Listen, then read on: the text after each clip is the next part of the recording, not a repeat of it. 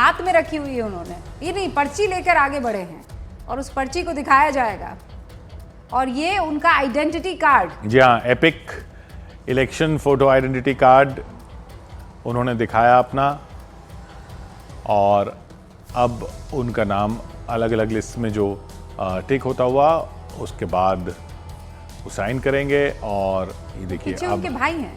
जी जी, अब वो साइन करेंगे और उसके बाद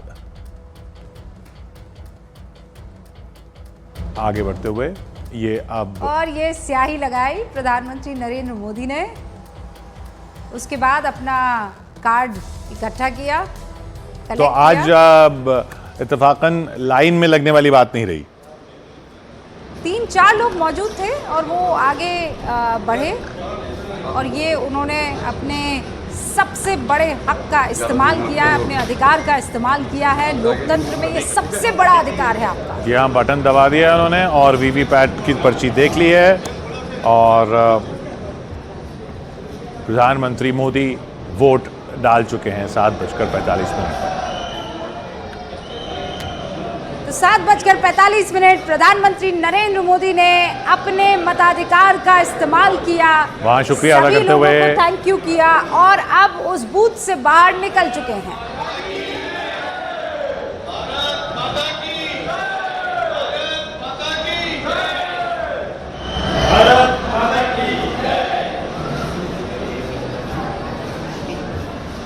बाकी लोग जो वोट देने पहुंचे उनसे मिलते हुए, अभिवादन स्वीकार करते हुए अब ये बाहर, पिछली बार जब वो बाहर निकले थे तो उन्होंने मीडिया से बात की थी, आज भी उसी का इंतजार रहेगा कि आके क्या मीडिया से बात करते हैं और क्या बोलते हैं प्रधानमंत्री नरेंद्र मोदी। रानीप से ये नामांकन भरने जाते हैं और जब वोट डाल के आते हैं ये दो, और जब पार्लियामेंट का सेशन शुरू हो रहा होता है मीडिया कर्मी जरूर उस वक्त इंतजार कर रहे होते हैं कि वो आएंगे और अपनी बात जरूर रखेंगे। और ये अब प्रधानमंत्री अपने तमाम अहमदाबादना बद्दा मनक साथे यानी अहमदाबाद के सारे लोगों के साथ अब कनेक्ट करेंगे। जोर से आप भारत माता की जय के नारों को सुन रहे हैं। लोग अपना कैमरा निकालकर प्रधानमंत्री नरेंद्र मोदी के साथ एक फोटो खिंचवाने के लिए कई घंटों से वहां पर इंतजार कर रहे हैं और वो आपको तस्वीर नजर भी आ रही है। छोटे छोटे बच्चे लेकर लोग वहां पर पहुंचते हैं और हमने तो यहाँ स्टूडियो में अभी देखा, लोग कह रहे थे वोट बाद में डालेंगे, पहले प्रधानमंत्री नरेंद्र मोदी के दीदार करेंगे। अब ये देखना है कि पीएम अपने भाई की तरफ, घर की तरफ जाते हैं कि नहीं जाते हैं। लेकिन हाँ, ये बात सच है कि इस बार इस बेटे के दिल में वो सूनापन होगा कि माँ के पैर नहीं छू पाया हूँ, माँ से मिलने नहीं जा पाया हूँ। माँ अक्सर उनके लिए एक हलवा बना के रखती थी और जब भी जाते थे उनको हाथ खर्ची के लिए पैसा देती थी जी, कभी 500 रुपया, कभी 1000 रुपया। हर चुनाव में वो तस्वीरें हमने देखी। आज वो तस्वीर तो नहीं मिलेगी देखने को, लेकिन प्रधानमंत्री अपने बूथ पर मौजूद वोट डाल चुके हैं, लोगों से मिल रहे हैं और स्याही लगी उंगली का निशान दिखा रहे हैं ताकि बाकी लोग भी प्रेरित हों वोट देने के लिए। आज पूरे गुजरात में मतदान है, कुल मिलाकर 93 सीटों पर मतदान है तीसरे चरण में। इसको मिलाकर 283 सीटों पर वोट पड़ चुके होंगे, आधे से ज़्यादा। आज तीसरे चरण के बाद आधे से ज़्यादा लोकसभा की सीटों पर वोट पड़ चुके होंगे आज शाम तक। ये बहुत बहुत अहम तीसरा चरण इसलिए भी क्योंकि जो पहले 2 चरणों में मत प्रतिशत में थोड़ी कमी आई, वो उस पर भी नज़र है चुनाव आयोग की कि मत प्रतिशत जो है इस बार कम से कम पिछली बार के मुकाबले ही रहे, अगर बढ़े ना तो। कहना क्या सही होगा किशोर, क्योंकि फर्स्ट फेज के 11वें दिन बाद जो रिवाइज डेटा आया था वो 66% था, फिर भी वो कम था, और पिछली मर्तबा वो 67%। नहीं, वो कुल मिला कई सीटों पर तो कई सीटों पर तो 4-4, 5-5, 6-6 परसेंटेज पॉइंट का फर्क भी आया है। तो और वोटिंग परसेंटेज पॉइंट में फर्क आना फर्क आना मतलब उसमें कम होना, और ये अक्रॉस सभी सीटों में, किसी भी सीट में ऐसा नहीं दिखा कि पिछली बार के मुकाबले बढ़ा हो। ये थोड़ा सा जरूर चिंता की बात है। इतनी कोई बहुत बड़ी ऐसी, ये भी हो सकता है कि पिछली बार क्योंकि एक माहौल ऐसा था जिसमें लोग बढ़ चढ़ के वोटिंग के लिए निकल रहे थे, वो माहौल इस बार इसलिए भी ना बना हो। जैसा सत्ताधारी दल तो यही कह रहा है कि वो शायद लोग इसलिए भी थे कि आश्वस्त थे कि सरकार तो दोबारा आ रही है, ये उनका कहना है। और ये इसलिए ये ज़्यादा चिंता ऑपोजिशन को होनी चाहिए, क्योंकि जब ज़्यादा बढ़ चढ़ कर लोग निकलते हैं तो ये माना जाता है कि लोग सरकार के खिलाफ निकल रहे हैं। लेकिन ये थ्योरी भी पिछली बार और कई बार फेल हो चुकी है, क्योंकि पिछली बार अगर लोग ज़्यादा बढ़ चढ़ कर निकले थे तब भी रिपीट करने ही निकले थे। तो कई फैक्टर हो सकते हैं, वो नतीजे देख के पता चलेगा कि फैक्टर क्या रहे।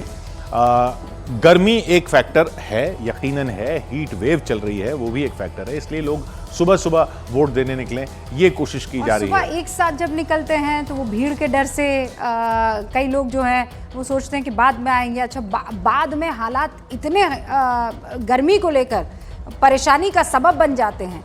लेकिन आपसे फिर भी इल्तिजा है कि अगर आप इन तमाम 93 सीटों का जो हम जिक्र कर रहे हैं कहीं मौजूद हैं मतदाता के तौर पर, तो जाइए अपने मताधिकार का इस्तेमाल कीजिए। तस्वीर आप टेलीविजन स्क्रीन पर देखिए, प्रधानमंत्री नरेंद्र मोदी आज एक मतदाता की हैसियत से अहमदाबाद में आए हैं, और उसी अहमदाबाद सीट पर एक उम्मीदवार की हैसियत से देश के गृह मंत्री उनका इंतजार कर रहे थे। और आज देखिए, वो अक्सर हाथ हिलाकर अभिवादन करते हैं, लेकिन आज अगर सबसे बड़ा उनका कोई हथियार, कोई श्रृंगार है, तो वो उंगली पर लगी वो स्याही है जिस पर वो इतरा भी रहे हैं और लोगों को दिखा भी रहे हैं। अब से पहले जब वो यहाँ पर आए थे, 6 अलग अलग भाषाओं में ट्वीट करके उन तमाम वोटर्स को प्रेरित करने की कोशिश की है।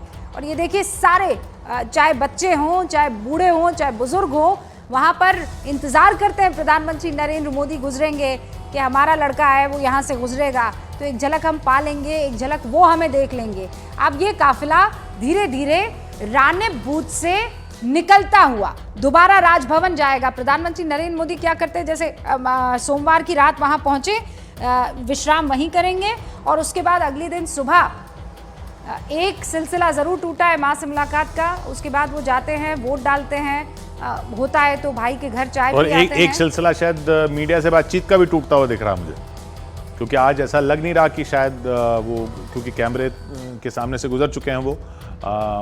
अक्सर हमने देखा है कि वो वोट डालने के बाद आते हैं, कैमरे की तरफ आते हैं और फिर कुछ कहते हैं, वो ऐसा आज दिख नहीं रहा है। या हो सकता है उधर थोड़ा आगे चलकर, क्योंकि हाँ। मुझे पिछली बार याद पड़ा है कि एक तो राणे जहाँ पर वो स्कूल है ना, वो स्कूल के बिल्कुल ठीक में वो कैमरास लगे होते हैं जो विजुअल्स कैप्चर करते हैं। जी, तो जी। थोड़ा आगे जाकर एक ऐसा इलाका होता है जहाँ सारे के सारे रिपोर्टर्स मौजूद होते हैं।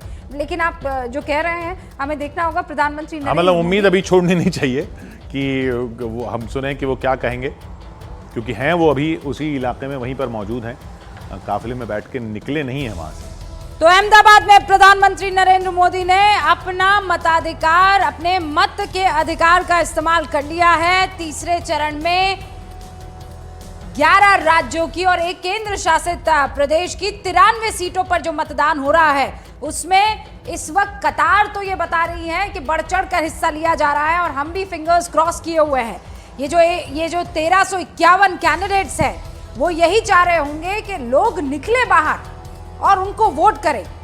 चाहे वो उत्तर प्रदेश की 10 सीटें हो, बिहार की 5 हो, मध्य प्रदेश की 9 सीटें हो, असम की 4 हो, छत्तीसगढ़ की 7 सीट हो, महाराष्ट्र की 11 हो, पश्चिम बंगाल की 4 सीटें हैं, कर्नाटका की 14। इसके बाद कर्नाटका पूरा फेज ओवर है जी।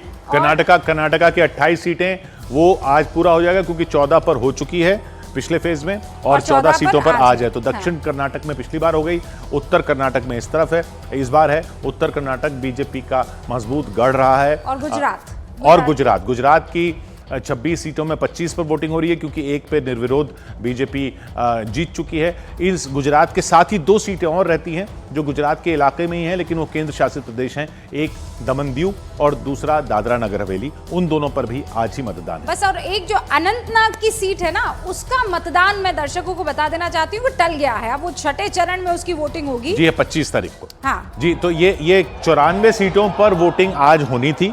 94 से बढ़कर वो 95 हुआ। क्योंकि बैतूल की सीट जो थी वो दूसरे से तीसरे चरण में पहुंची, फिर 95 से घटकर 94 हुआ।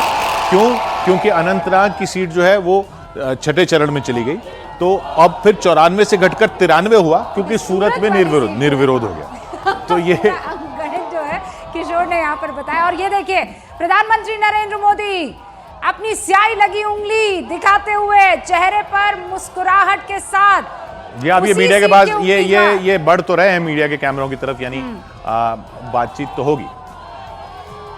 ये सिलसिला नहीं टूटेगा। देखिए, ये आ गए प्रधानमंत्री नरेंद्र मोदी जी।